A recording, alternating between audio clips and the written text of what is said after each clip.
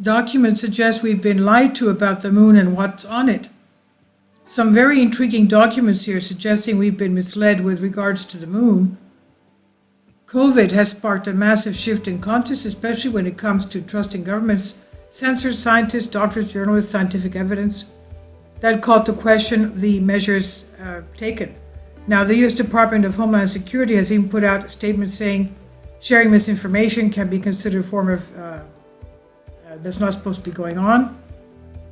So, government corruption and secrecy goes well beyond what we are witnessing lately. In fact, secrecy has been a staple of these organizations. Now, the United States, for example, has a history of government agencies existing in secret for years. The National Security Agency, NSA, was founded in 1952. Its existence was hidden until the mid-1960s. Even more secretive was the National Reconnaissance Office, which was founded in 1960 but remained completely secret for 30 years. When it comes to the moon, there are legitimate reasons to believe that space programs have been shrouded in secrecy as well. For example, as unbelievable as it may sound, a 1979 document published by WikiLeaks clearly implies that the United States had a secret base on the moon that was destroyed by Russia, they said.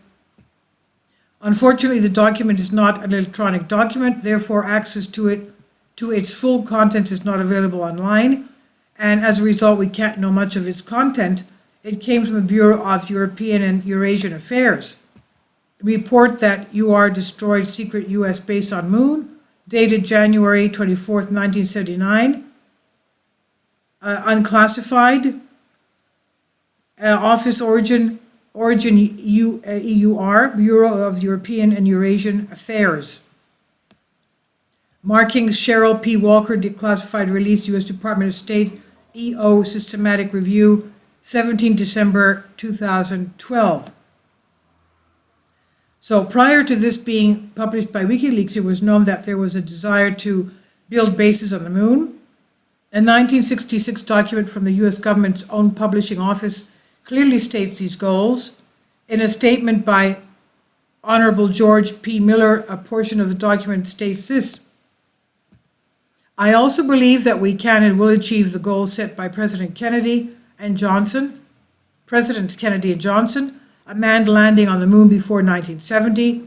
My own confidence in our rapidly advancing science and technology is such that I can visualize many more dramatic achievements ahead, although I will fix no timetable for them. The exploration of the lunar surface and possibly the establishment of one or more permanent bases there. End quote. A 1962 memorandum that was addressed to the CIA director regarding military thought, top secret, by Lieutenant General Korenevsky, that was published by the Ministry of Defense in USSR, states the following: already, interest in the moon is not limited to a study of questions and a discussion of discovered potentialities. Specific projects are being worked out which propose the construction of various structures under the surface of the moon, from the freight compartments of missiles and also the employment of various versions of pneumatic structures. The U.S. Army Corps of Engineers and also various American companies, Martin Aerospace, etc., are conducting a great deal of work in this direction, he wrote. So as you can see, it's safe to assume we don't really know what is going on with regards to the moon, or if anything, or what's happening up there with possible manned bases. These kinds of developments and initiatives have a history of being shrouded in secrecy, and the WikiLeaks documents from 1979, so perhaps these goals were accomplished by then. It's been announced within the mainstream, however, that Russia and China have presented a plan to build the Joint International Lunar Station, ILRS. The proposed lunar base is intended to be ready for crewed visits by 2036, but is this simply a mainstream way to disclose a presence when there has already been one for decades? There are also other concerning pieces of information that have leaked regarding the moon. For example, a declassified report by the Air Force Nuclear Weapons Center from June 1959 shows just how seriously they considered a plan called Project A119. In general, they wanted to investigate the capability of weapons in space, as well as gain further insight into the space environment and the detonation of nuclear devices within it. What's interesting is the witness testimony that's accompanied sentiments expressed in some of these documents from people within the military.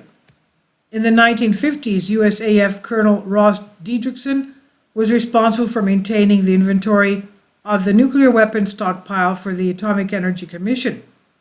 He was also responsible for accompanying security teams testing the security of the weapons. Among other duties, he claimed that the US government actually did send a nuclear weapon to be detonated on the moon for scientific purposes.